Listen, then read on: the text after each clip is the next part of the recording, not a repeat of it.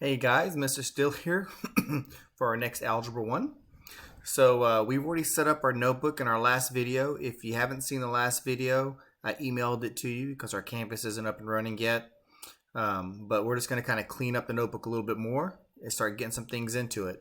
I like to number my notebooks. So up here you can see I've got from 1 to 50. Oops, I skipped ahead by accident there. So let me get this here. So 1 to 50, you can actually just finish numbering out the whole book. It doesn't matter. Put the numbers at the top or the bottom. So what we're going to add in now is I want you to go to pages 4 and 5, and we're going to put vocabulary in, and we're actually going to do some vocabulary today. So the notes and classwork are going to start on page 6. Zoom lessons are going to be on the even pages, and video lessons on the odd pages. So today's a video lesson. So today is going to be on page 7. Which is an odd number. So today, that's where we're going to put all of our notes. Everything's going to be on page 7. All right, so let's roll on. So your table of contents on your very first page, you're just going to keep this list going down. We're probably not going to need all 3 pages, maybe just 1, maybe 2. We'll see, but we have extra just in case. So just listing this in order. So the table of contents, this is pages 1 to 3. Your vocabulary is going to be on page 4 and 5, and the Zoom equations that we do, the work we do on Zoom is going to be on page 6, and your notes from today are on page 7, and you'll get used to this as we move on. So you can pause this video at any time to copy this stuff down. This is what you put on page 1. You start your table of contents. All right, so on page 4, you're going to start your vocabulary. So you're going to make yourself 3 columns. And then just start filling this in. Like I'm going to give you the vocab, and then there's going to be an example on the right side. So this is our very first vocabulary word. Pause the video and go ahead and write your stuff down on page 4. This is the start of it. So make your columns. All right. So on the odd page, so on page 7, this is going to be our start of our Cornell notes. And also at the very bottom, like your last 3 lines, you'll have a summary.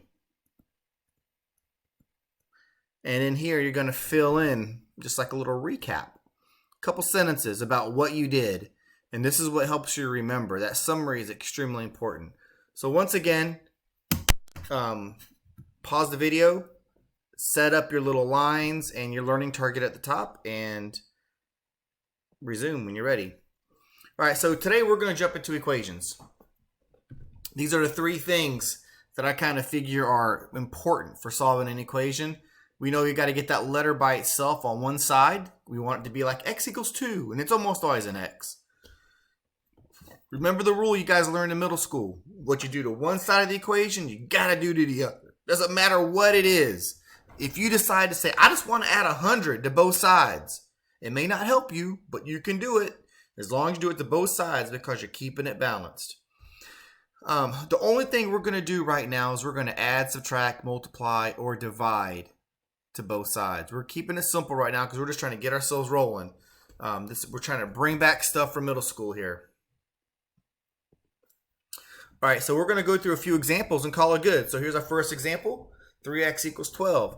Now, when I see a number next to a letter, I know they're multiplying. So I'm going to do the opposite. I need to undo multiplying. That's division. So I'm going to put a little division bar, like a fraction, underneath that. And I'm going to divide both sides by 3. So divide by 3. And I'm sorry, writing on this is a little weird. It's not as pretty as a whiteboard.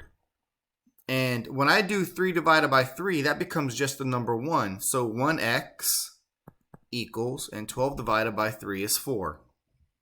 I have 1x, whatever it equals, that's my answer. That's what I wanted. So this is good. So this is our first example on page 7.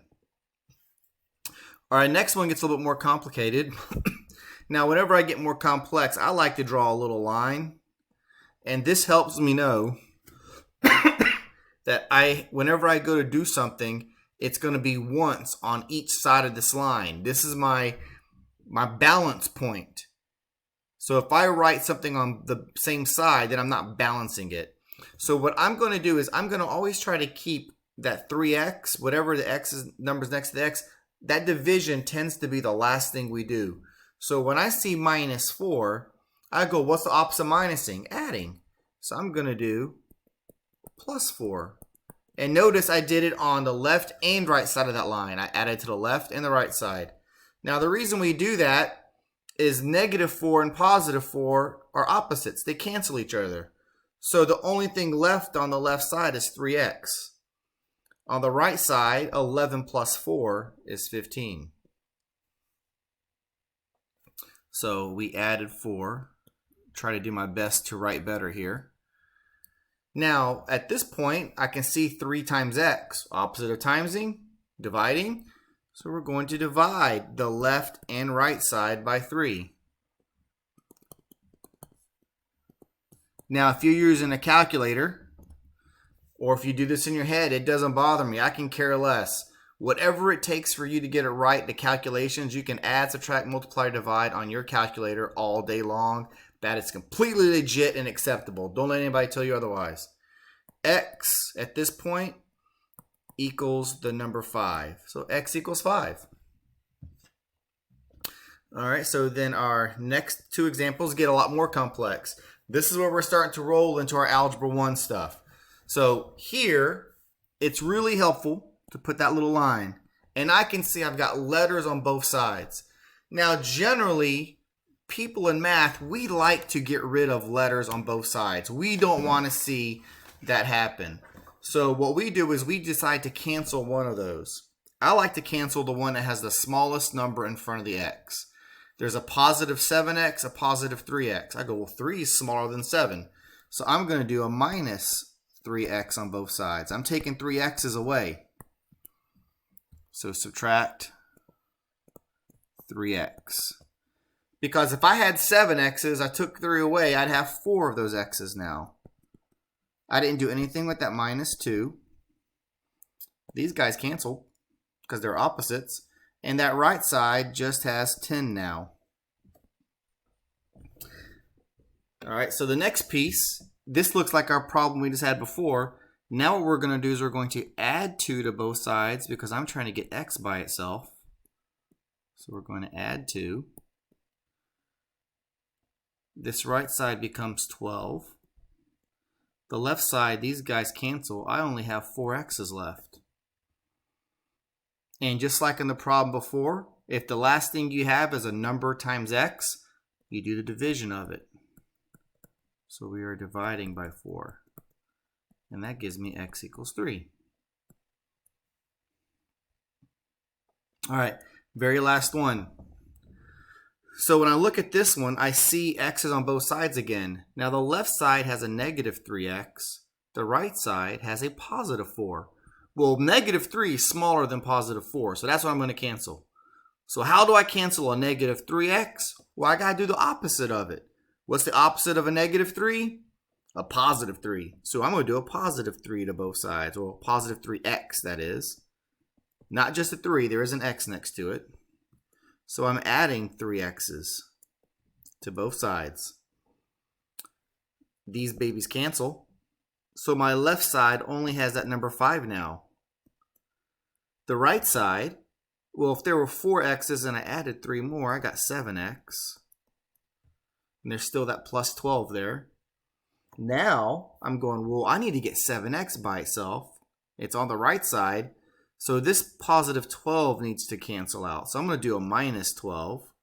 So I'm subtracting 12 on both sides. Now a calculator might be helpful for some of you if you don't see this. If you're at a positive 5 and you take 12 away, you're taking away more than you got. That actually puts you at negative 7. So in your calculator, you can do 5 minus 12, or you can do 5 plus negative 12. Either way. And all I have left on this right side is a 7x. Just like the prior problem, if there's a number timesing to the x and that's your last thing showing, divide by that number. And if you go into your calculator or do it in your head, negative 7 divided by 7 is a negative 1. So that's just a real quick review for you guys of solving equations. And that wraps that piece up. So good part about that. Oops. I kind of close it off. What we are going to do is call that good for now. And I will get you guys some practice problems later. Right now, I don't want to stress about it. You guys take care.